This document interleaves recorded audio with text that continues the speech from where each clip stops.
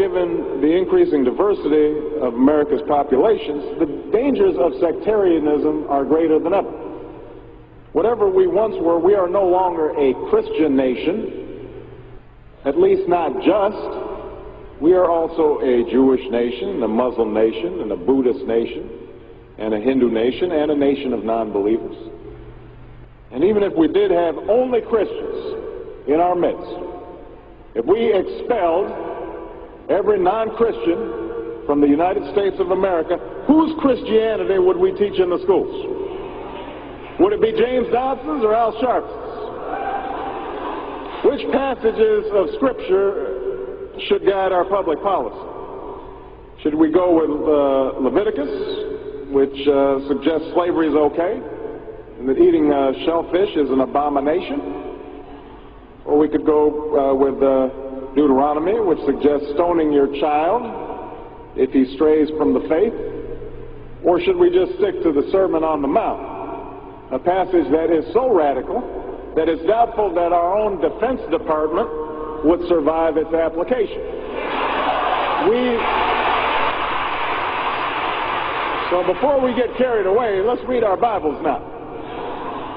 Folks haven't been reading their Bible. Which brings me to my second point. Democracy demands that the religiously motivated translate their concerns into universal rather than religion-specific values. What do I mean by this? It requires that their proposals be subject to argument and amenable to reason. Now, I may be opposed to abortion for religious reasons, to take one example, but if I seek to pass a law banning the practice, I can't simply point to the teachings of my church or evoke God's will. I have to explain why abortion violates some principle that is accessible to people of all faiths, including those with no faith at all. Now, this is going to be difficult for some who believe in the inerrancy of the Bible, as many evangelicals do. But in a pluralistic society, we have no choice. Politics depends on our ability to persuade each other of common aims based on a common reality.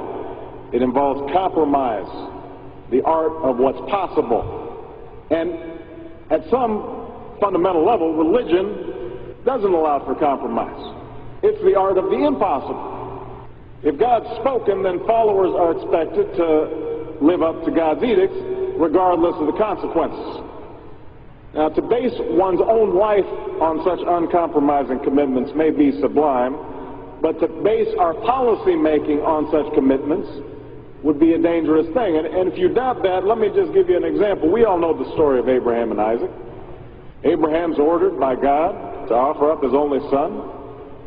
Without argument, he takes Isaac up to the mountaintop, he binds them to the altar, raises his knife, prepares to act as God commanded.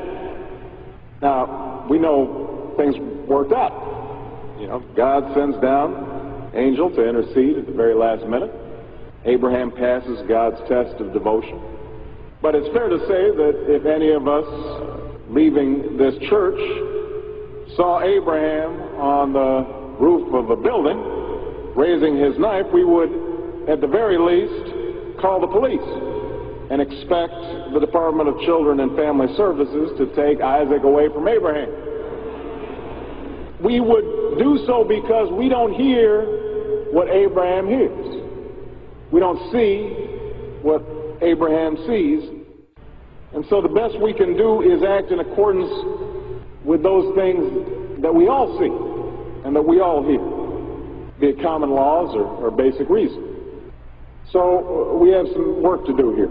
But I am hopeful that we can bridge the gap that exists and overcome the prejudices that all of us to one degree or another bring to this debate. And I have faith that millions of believing Americans want that to happen. No matter how religious they may be or may not be, people are tired of seeing faith used as a tool of attack.